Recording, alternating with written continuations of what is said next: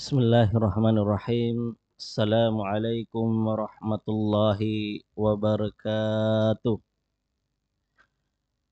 Innal hamdalillah nahmaduhu wa nasta'inuhu wa nastahdih wa na'udzu billahi min shururi anfusina wa sayyiati a'malina fa innahu man yahdihillahu fala mudhillalah wa man yudlil fala hadiyalah.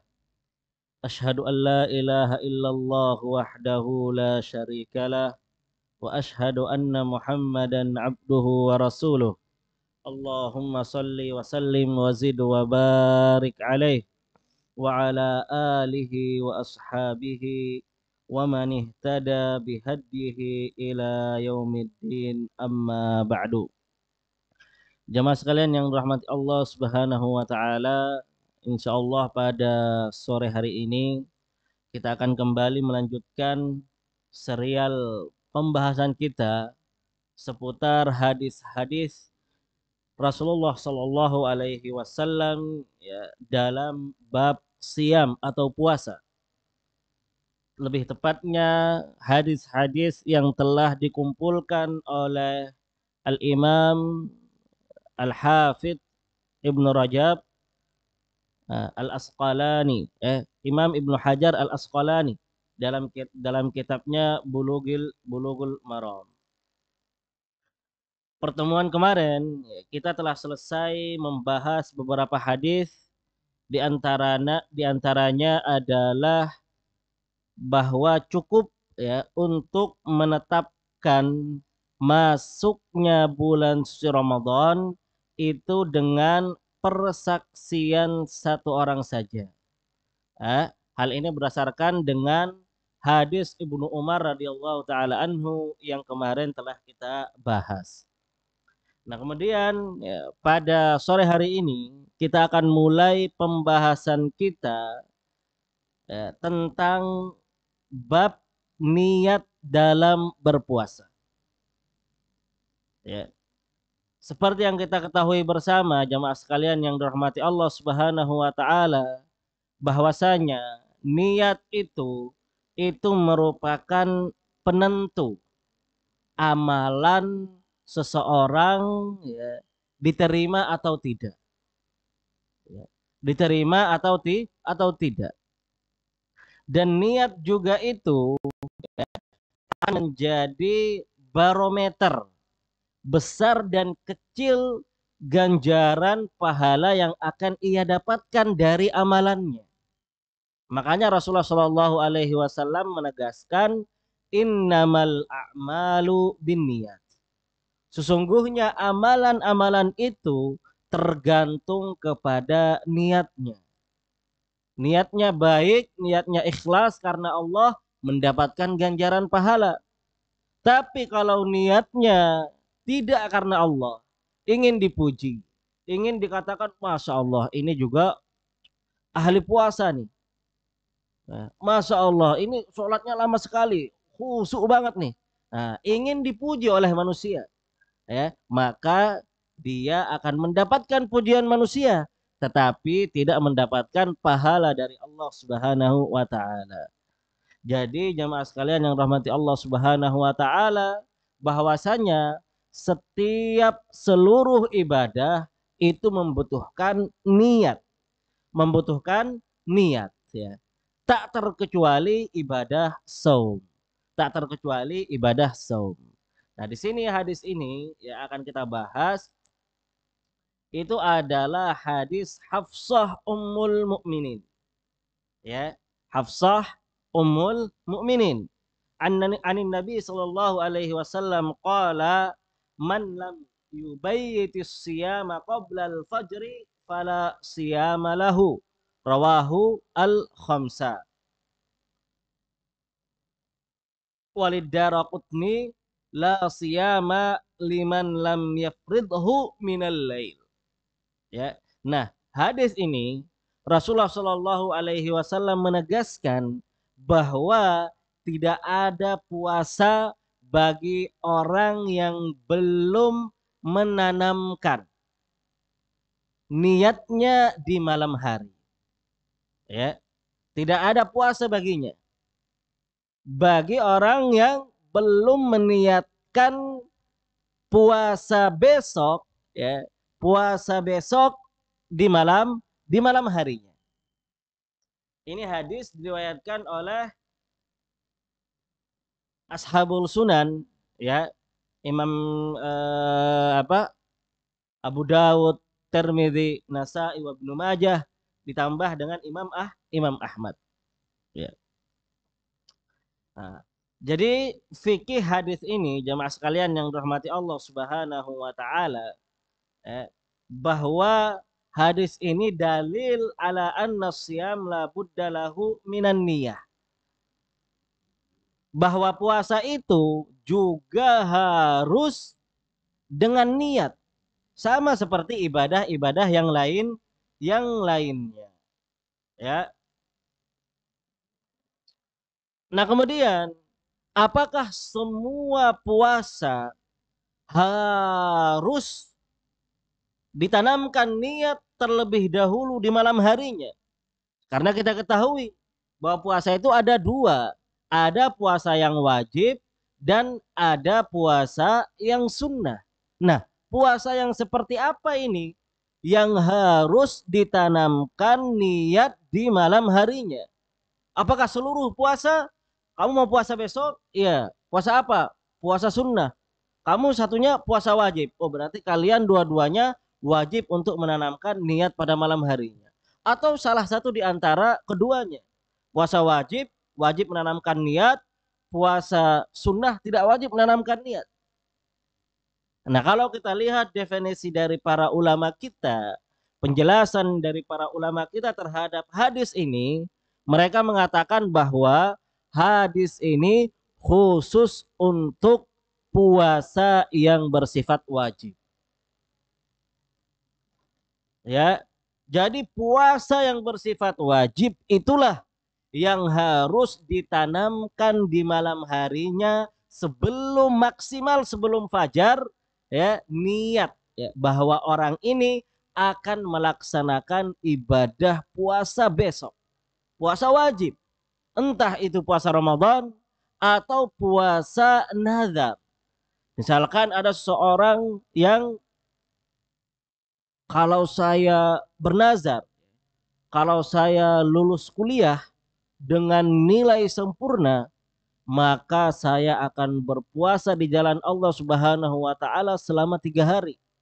Nah, ini nazar, wajib untuk dia tunaikan, ya. Wajib untuk dia tunaikan. Nah, untuk puasa nazar seperti ini, ya, karena dia wajib, maka harus menanamkan niatnya pada malam hari. Ya. Harus menanamkan niatnya pada malam hari. Tidak bisa misalkan, ya, setelah sholat subuh dia berzikir kemudian pulang ke rumah. Ya, di jalan saya kemarin kayaknya ada niat deh untuk bernazar puasa. Hari ini mumpung hari ini mendung, kayaknya enak nih, nggak terlalu panas, hujan, enak tidur nyenyak, nanti bangun-bangun zuhur, kan nggak kerasa. Ya udah, saya puasa nazar. Saya puasa nazar yang telah saya eh, sebutkan kemarin untuk Allah Subhanahu wa taala, yang saya niatkan kemarin untuk Allah. Nah, seperti ini tidak diperkenankan. Kenapa? Karena niatnya itu mulai setelah terbit fajar. Setelah pagi hari. Malamnya dia tidak ada keinginan untuk berpuasa. Tiba-tiba karena dia melihat cuaca mendung, hujan, ya, akhirnya, oh, ya udah, saya puasa nazar, ya, karena saya berjanji 3 hari, saya cicil deh mulai dari hari ini. Nah, ini tidak diperkenankan. Jadi begitu juga dengan puasa Ramadan. Puasa Ramadan itu puasa wajib. Jadi harus ditanamkan malam hari niatnya. Nah, cuma ah, pembahasan berikutnya terkait puasa Ramadan, para ulama kita itu berselisih pendapat untuk puasa Ramadan yang 30 hari tiap hari, nah, apakah harus wajib tiap malam kita menanamkan niatnya? Atau cukup di malam yang pertama ketika hendak memulai ibadah ibadah shaum, yaitu hari pertama. Dan niat itu kan sebenarnya qasdu, maksud. Ya. Ketika kita udah bermaksud untuk menunaikan ibadah puasa besok hari, berarti itu kita sudah dikategorikan menanamkan niat. Ya. Maksud saja, tidak perlu dilafatkan. Ya. Tidak perlu untuk dilafatkan. Ketika kita bangun untuk makan sahur, sejatinya itu sudah tertanam niat. Loh, untuk apa makan sahur? Untuk puasa besok. Berarti sudah ada niat di dalam hatinya. Nah, terkait tadi yang disebutkan oleh para ulama kita, ya, puasa Ramadan yang 30 hari atau 29 hari, ah, itu ya, menurut eh, pendapat yang paling kuat dalam masalah ini itu sebenarnya cukup, ya, cukup niat awal di malam pertama bulan suci Ramadan. Itu cukup untuk dipakai 30 hari. Cukup itu, ya. Jadi tidak perlu tiap malam. Memang ada sebagian ulama yang bilang harus tiap malam. Harus tiap malam itu ditanamkan, ya. Tetapi kita katakan insya Allah berdasarkan pendapat yang paling kuat di antara para fuqaha, itu cukup satu malam pertama, di malam pertama bulan suci Ramadan kita menanamkan niat, itu cukup untuk dipakai satu bulan. Hasilnya terlihat itu jamaah sekalian yang rahmati Allah Subhanahu wa taala, tatkala ada seseorang, ya, yang habis isya dia tidur. Kemudian bangun setelah fajar. Bangun setelah fajar, gitu. Berarti kan semalam penuh dia nggak ada, luput niatnya karena dia tidur. Luput dia. Luput untuk menanamkan niat besok besok harinya. Nah, kalau yang tadi kita tegaskan, yang tadi kita kuatkan, pendapat yang kita pilih, nggak jadi masalah. Boleh kamu untuk berpuasa. Loh kenapa? Kan saya belum menanamkan niat.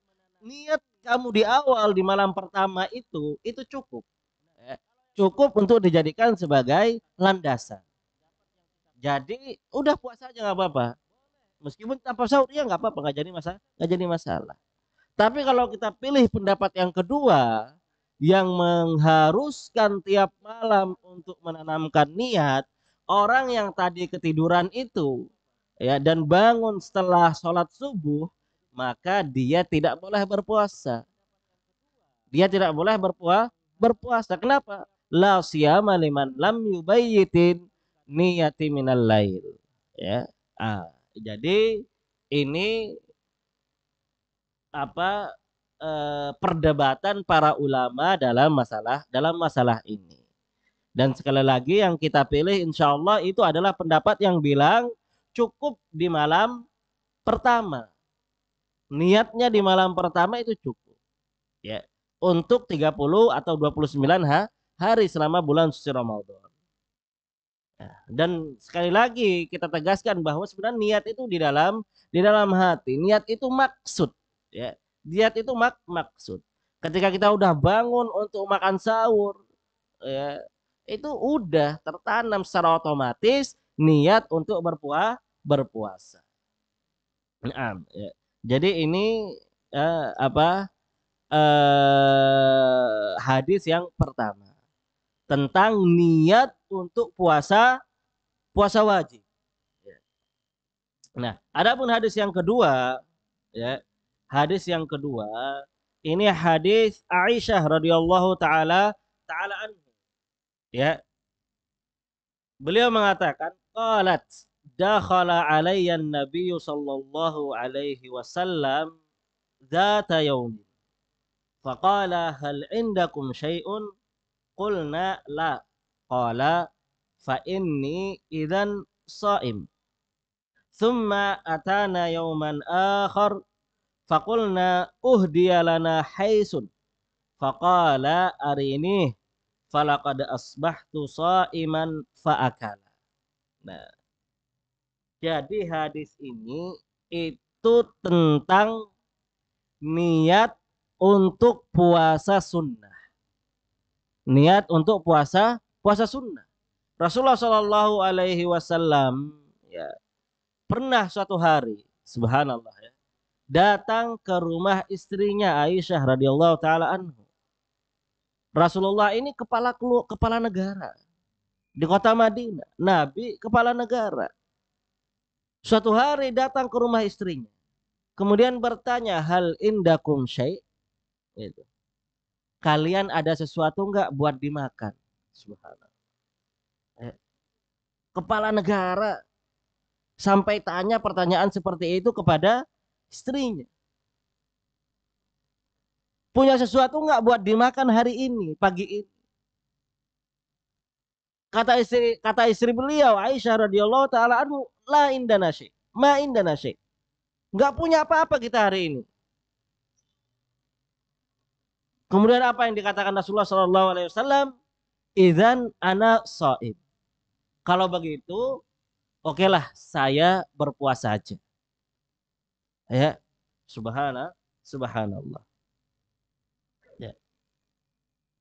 Padahal Rasulullah Shallallahu Alaihi Wasallam kalau seandainya mau pernah ditawarkan oleh Allah Subhanahu Wa Taala gunung yang ada di kota Madinah itu ingin dijadikan emas oleh Allah Subhanahu Wa Taala untuk Rasulullah Shallallahu Alaihi Wasallam.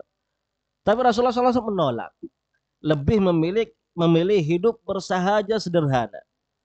Panutan sebagai contoh untuk umatnya. Ya. Nah, fikih hadis ini jamaah sekalian yang dirahmati Allah Subhanahu wa taala. Kalau untuk puasa sunnah, puasa tatawwu yang tidak wajib, ya, maka boleh kita ya, memulai niat meskipun setelah terbit fajar. Ya, meskipun setelah terbit fajar. Misalkan ada salah satu di antara kita habis sholat subuh, ya, dia berzikir, ngikut kajian di masjid. Kemudian dia pulang, ya, dia pulang. Pas dia pulang di rumah, makanan belum siap. Atau misalkan teman-temannya karena mereka ngekos, teman-temannya udah pada makan dan habis makanannya, sarapannya habis, gitu. Ah, udah habis ya? Iya, udah habis nih sarapannya, gitu. Oh, gitu. Ya udah beli yang lain aja. Ah, enggak, saya males keluar. Ini mendung, hujan juga di luar. Loh terus gimana? Ya udah saya puasa aja. Saya puasa aja karena kebetulan ini hari Senin. Udah saya puasa aja nggak apa-apa. Ini puasa yang seperti ini itu sah. Ya. Meskipun dia mulai untuk meniatkan puasa setelah terbit fajar, setelah sarapannya habis. Karena dia malas keluar, dia dapati juga cuacanya mendukung untuk puasa, Masya Allah. Ya, ini kesempatan untuk mendapatkan pahala puasa sunnah. Maka tidak jadi masalah. Ini boleh. Berbeda ketika itu puasa yang wajib. Harus dari malam hari ditanamkan niatnya. Besok saya mau puasa karena saya ada puasa nazar. Kemarin kalau saya pernah bernazar kepada Allah Subhanahu wa taala, kalau ibu saya sembuh dari sakitnya, saya akan berpuasa 1 hari. Ini nazar. Ini harus diniatkan dari malam hari. Tapi kalau puasa sunnah, ya, puasa Senin Kamis, puasa 3 hari di setiap bulan, puasa Daud, itu tidak harus, ya, tidak diharuskan. Jadi bisa ketika malam. bisa ketika dari pagi. Ya. Misalkan dia lupa, ya, bangun subuh belum sholat di masjid, dia belum makan, belum minum, eh, terus karena ada kegiatan di kampus, dia langsung pergi ke kampus, akhirnya dia lupa makan dan lupa minum, belum dari pagi belum makan dan belum minum, gak ada makanan yang masuk ke dalam tubuhnya sampai azan duhur. Wah, dia bilang, wah udah duhur nih, anak belum makan sama sekali, saya belum makan sama sekali, belum minum juga. Wah, peluang. Tinggal separuh hari. Ya udahlah, saya niatkan puasa. Saya lanjutkan untuk puasa. Gak jadi masalah. Boleh. Sah puasanya. Mendapatkan pahala puasa penuh insya Allah. Ya. Kenapa? Karena ini adalah puasa yang sunnah, yang tidak wajib. Nah, itu.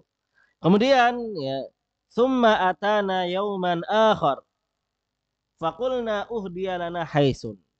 Ya. Kemudian kata Rasulullah Shallallahu Alaihi Wasallam, ya, pada di hari yang lain Rasulullah Shallallahu Alaihi Wasallam datang kepada istri-istrinya. Kemudian istri-istrinya bilang, dialana haisu. Ya Rasulullah, hari ini pagi ini, ya, kita dikasih hadiah makanan, ya, dari tetangga. Gitu. Kata Rasulullah Shallallahu Alaihi Wasallam, ya, hari ini, falaqad asbahtu shaima. Coba kasih lihat aku, ya. Tadi pagi saya sebenarnya meniatkan untuk puasa, tapi karena ada makanan, ya udah saya berbuka. Itu dilakukan oleh Rasulullah Shallallahu Alaihi Wasallam. Fikih hadis ini jamaah sekalian yang dirahmati Allah Subhanahu Wa Taala. Kalau untuk puasa tatawu, ya, itu boleh seseorang untuk membatalkan puasanya kapan saja, tanpa ada dosa, tanpa ada denda, nggak jadi masalah, ya, nggak jadi masalah. Misalkan ada orang yang puasa, kemudian secara tiba-tiba diundang oleh temannya ke rumahnya. Kakak Ana lagi walimah, datang yuk ke walimah abang Ana, abang saya. Saya puasa nih, katanya. Puasa hari Senin. Gimana ya? Kalau saya batal, masa gara-gara makanan saya batalin puasa gitu. Gak jadi masalah. Justru ya insya Allah ketika kita hadir memenuhi undangan teman kita, dia senang. Kita dapat pahala. Ya. Terus kita makan makanannya, dia juga senang. Dia dapat pahala sedekah teman kita. Ditambah lagi insya Allah pahala puasa kita tetap. Pahala puasa kita tetap. Gak jadi masalah karena udah kita niatkan di awal. Kita udah berpuasa di awal tapi qadarullah ada undangan, ya, atau ada sesuatu hal, ya, misalkan kita kedatangan tamu, ya, kemudian kita suguhkan makanan, kan masa tamunya makan kita enggak, gitu kan kurang enak, kurang kurang sopan. Nggak jadi masalah kita makan bersama bersama dia, batalkan puasanya nggak jadi, tidak jadi masalah, tidak jadi tidak jadi masalah, dan tidak mendapatkan dosa, nggak jadi masalah, ya. Hal ini dilakukan oleh Rasulullah Shallallahu Alaihi Wasallam. Rasulullah Shallallahu Alaihi Wasallam itu puasa pagi harinya. Pas pulang ke rumah disampaikan, tetangga kita ngasih kita hadiah ya Rasulullah, makanan. Kata Rasulullah, bawakan kepadaku, kemudian dimakan. Kemudian beliau bilang, tadi itu sebenarnya saya puasa, tapi karena ada makanan ini, nggak apa-apa saya batalkan. Jadi itu tidak jadi masalah. Ya. Karena kalau untuk puasa sunnah, nah, itu seseorang itu bebas. Dia komando terhadap dirinya. Mau dia lanjutkan puasanya nggak jadi masalah. Mau dia berbuka tidak jadi masalah. Ini pembahasan seputar hadis yang kedua, ya. Adapun hadis berikutnya jemaah sekalian yang rahmat Allah Subhanahu wa taala, yaitu terkait dengan sunnah-sunnah berpuasa. Sunnah-sunnah ketika berpuasa. An Sahal bin Sa'din radhiyallahu anhuma anna Rasulullah sallallahu alaihi wasallam qala la yazalun nasu bi khairin ma ajjalul fitra. Muttafaqun alaih. Walid Tirmidzi min hadits Abi Hurairah radhiyallahu taala anhu anin Nabi sallallahu alaihi wasallam qala Allah taala ahabbu ibadi ilayya ajaluhum fitra. Ya, ahabbu ibadi ilayya ajaluhum fitra. Jadi dua hadis ini, pertama ya, Rasulullah Shallallahu Alaihi Wasallam bersabda bahwa la yazalun nasu bi khairin ma ajjalul fitrah. Manusia itu akan senantiasa masih dalam kebaikan ma ajjalu al fitrah, selama mereka bersegera dalam berbuka, selama mereka tidak menunda-nunda untuk berbuka. Ya. Dalam riwayat lain disebutkan Allah Subhanahu wa taala menyebutkan ahabbu ibadi ilayya ajaluhum fitra. Yang paling aku cintai dari hambaku ya, itu adalah mereka-mereka yang senantiasa bersegera dalam berbuka.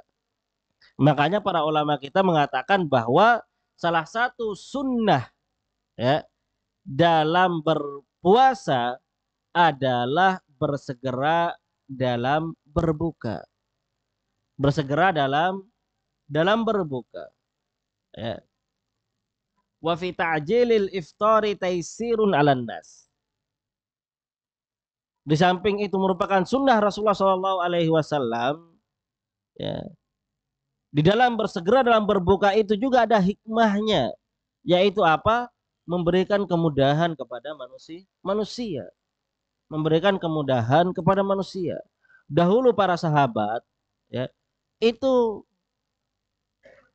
senang menunda-nunda berbuka.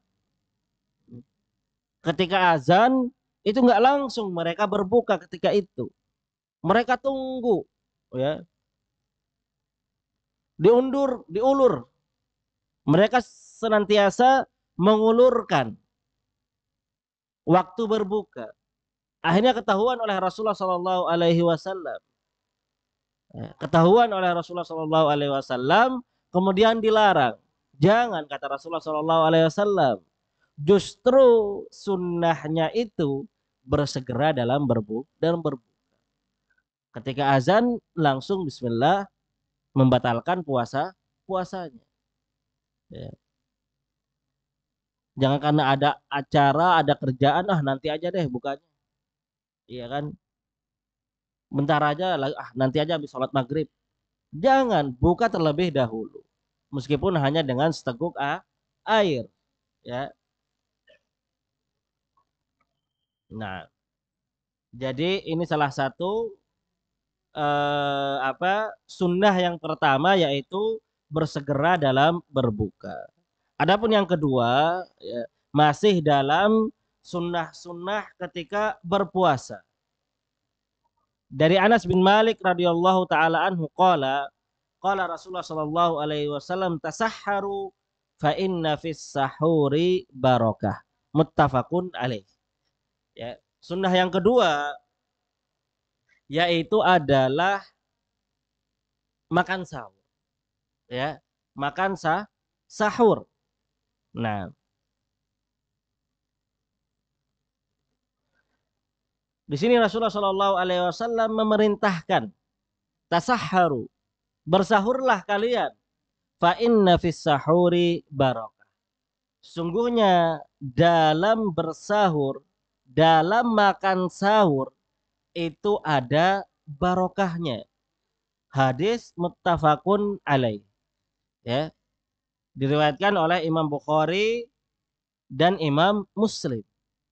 Jadi ini anjuran dari Rasulullah Shallallahu Alaihi Wasallam untuk senantiasa seorang muslim itu ya menjaga ketika hendak berpuasa malamnya untuk makan sahur.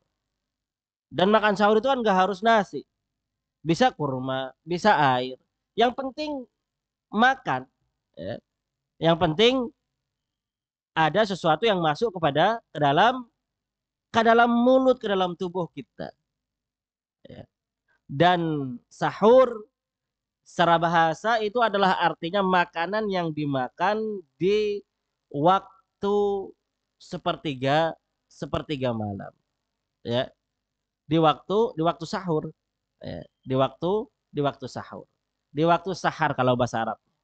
Sahar itu ya sebelum sebelum fajar. Sebelum waktu fajar itu disebut waktu waktu sahar. Ya. Dan sahur adalah makanan yang dimakan pada waktu sahar sebelum fajar. Nah, di sini dalam hadis ini menunjukkan bahwa anna fis sahur barakatun diniyah wa dunyawiyah. Di dalam makan sahur itu ada keberkahan, dua keberkahan. Keberkahan secara diniyah agama dari sisi pandang agama dan keberkahan dalam sisi dunyawiyah yang bersifat keduniaan.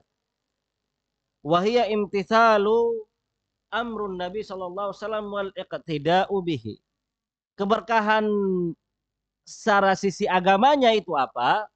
Yaitu tadi mengikuti sunnah dan perintah Rasulullah sallallahu alaihi wasallam. Ini berkah. Ya. Ketika seseorang itu senantiasa berusaha untuk mengikuti petunjuk Rasulullah sallallahu alaihi wasallam, maka dia dalam kebaikan. Dia dalam kebaikan. Nah, makanya ketika seorang makan sahur, karena mengikuti perintah Rasulullah Sallallahu Alaihi Wasallam, karena mengikuti Rasulullah Sallallahu Alaihi Wasallam memerintahkan kita untuk makan sahur, nah itu keberkahan itu, keberkahan diberikan pahala, ganjaran pahala terhadap niatnya itu. Nah,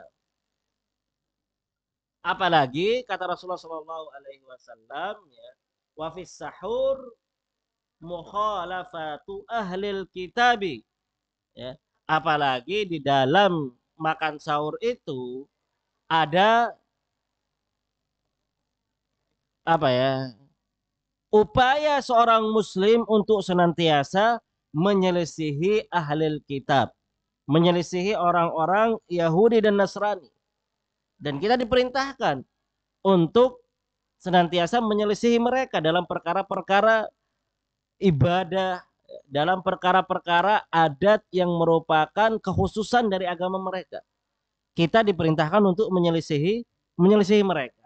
Makanya kata Rasulullah Shallallahu Alaihi Wasallam, ya, faslu ma baina siyamina wa siyami ahlil kitab akalatus sahur. Pembeda antara puasa kita dengan puasa ahlul kitab itu adalah makan sahur. Jadi sekali lagi, ketika makan sahur, di dalam makan sahur ini ada keberkahan, ya, mengikuti sunnah Rasulullah Shallallahu Alaihi Wasallam. Semoga kita senantiasa dimudahkan oleh Allah Subhanahu Wa Taala untuk memaksimalkan hari-hari kita di bulan Ramadan dengan ketaatan kepada Allah Subhanahu Wa Taala. Semoga apa yang kita sampaikan bermanfaat, ya, dan kita dimudahkan untuk menimba ilmu-ilmu yang bermanfaat dan diberikan kemudahan untuk mengamalkannya. Kita akhiri dengan doa kafaratul majelis. Subhanakallahumma hamdika asyhadu an la ilaha illa anta astaghfiruka wa atubu ilaik. Assalamualaikum warahmatullahi wabarakatuh.